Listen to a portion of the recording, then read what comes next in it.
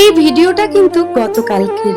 সময়ের অভাবে ভিডিওটা করা হলেও এডিট কিন্তু আমি একদম করতে পারিনি, তাই আজকেই তোমাদের সামনে ভিডিওটা এডিট করে নিয়ে চলে আসলাম।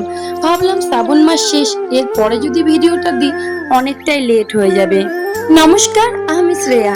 আমার আরো একটা নতুন ব্লগে তোমাদের সকলকে অনেক অনেক স্বাগত জানাই। আর তোমরা সকলে কেমন আছো? আমি কিন্তু বেশ ভালোই আছি।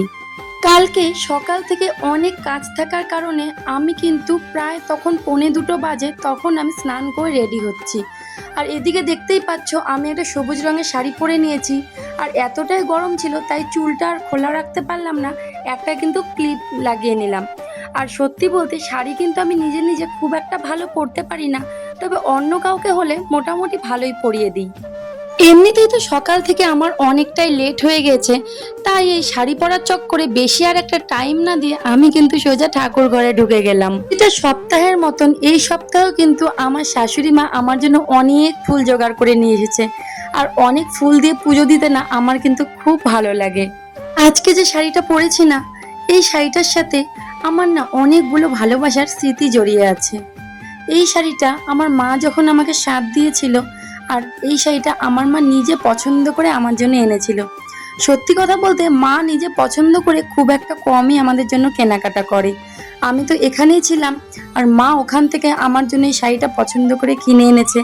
বলছিল আমি তো নিজে নিজে কিনলাম, তোর পছন্দ হবে কিনা জানি না, তবে শাড়িটা দেখে কিন্তু সবাই বলেছে খুব ভালো লাগছে। আর আমার শ্বশুরবাড়ির থেকে সাদে যে শাড়িটা আমি কিনেছিলাম, সেটা না এর থেকে অনেকটা দামি হলেও সেটা আমি পরেছিলাম, আমাকে যতটা না ভালো লাগছিল এই শাড়িটা পরে আমাকে কিন্তু বেশি ভালো লাগছিল। এইটা আমার কথা না, এটা কিন্তু আমার কাছের মানুষগুলোই আমাকে বলেছে। এই দেখো, বক বক করতে করতে আমার পুজো তো অর্ধেকটা কমপ্লিট হয়ে গেল। ভোলে বাবার অশেষ কৃপায় জানো তো এই বছর শ্রাবণ মাসের 5টা সোমবার পড়েছে, আর আমি 5টা সোমবারেই কিন্তু পুজো করতে পেরেছি। এটা না আমার কাছে অনেক অনেক আনন্দের একটা বিষয়। ভোলেনাথ যদি না চায় এই 5টা সোমবারেই পুজো করা কিন্তু আমাদের মেয়েদের পক্ষে একটু অসম্ভবই হয়ে পড়ে। পুজো করতে করতে মনটা একটু খারাপ হয়ে গেল। মিহুর বাবা আমার জন্য যে ফলগুলো এনে দিয়েছে তার মধ্যে থেকে জানো তো আমটা একদম খারাপ বেরোলো। পুজোতে নাকি একটু খারাপ জিনিস দেওয়া যায় না, তাই মনটা না আমার একটু খুঁতখুত করতে শুরু করে দিয়েছিল। তবে আর কি করার, খারাপ দিকটা ফেলে দিয়ে যেই সাইডটা ভালো ছিল সেটার থেকে আমি কিন্তু কিছুটা আম কেটে নিয়েছি, আর বাকি ফলগুলো কেটে নিয়ে আমি কিন্তু পুজোটাও সেরে নিলাম। আজকে একটু ইচ্ছে আছে ঘরে পুজো দিয়ে, আমাদের পাশেই যে মন্দির আছে আজকে একটু মন্দিরেও পুজো দিতে যাব। আর অনেকক্ষণ ধরেই না আমি এই ধূপটা জ্বালানোর চেষ্টা করছি, কিছুতেই পারছিলাম না। অবশেষে আমি হাল ছেড়ে দিলাম, যতটুকু হয়েছে ততটুকুতেই কিন্তু আমি দেখিয়ে দিলাম ঠাকুরকে। আর এই দেখো মিহুও কিন্তু এখন জল ঢালতে চলে এসেছে।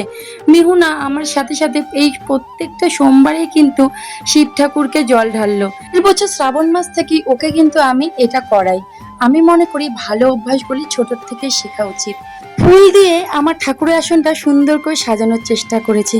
কেমন লাগছে একটা কমেন্টে জানিও তো।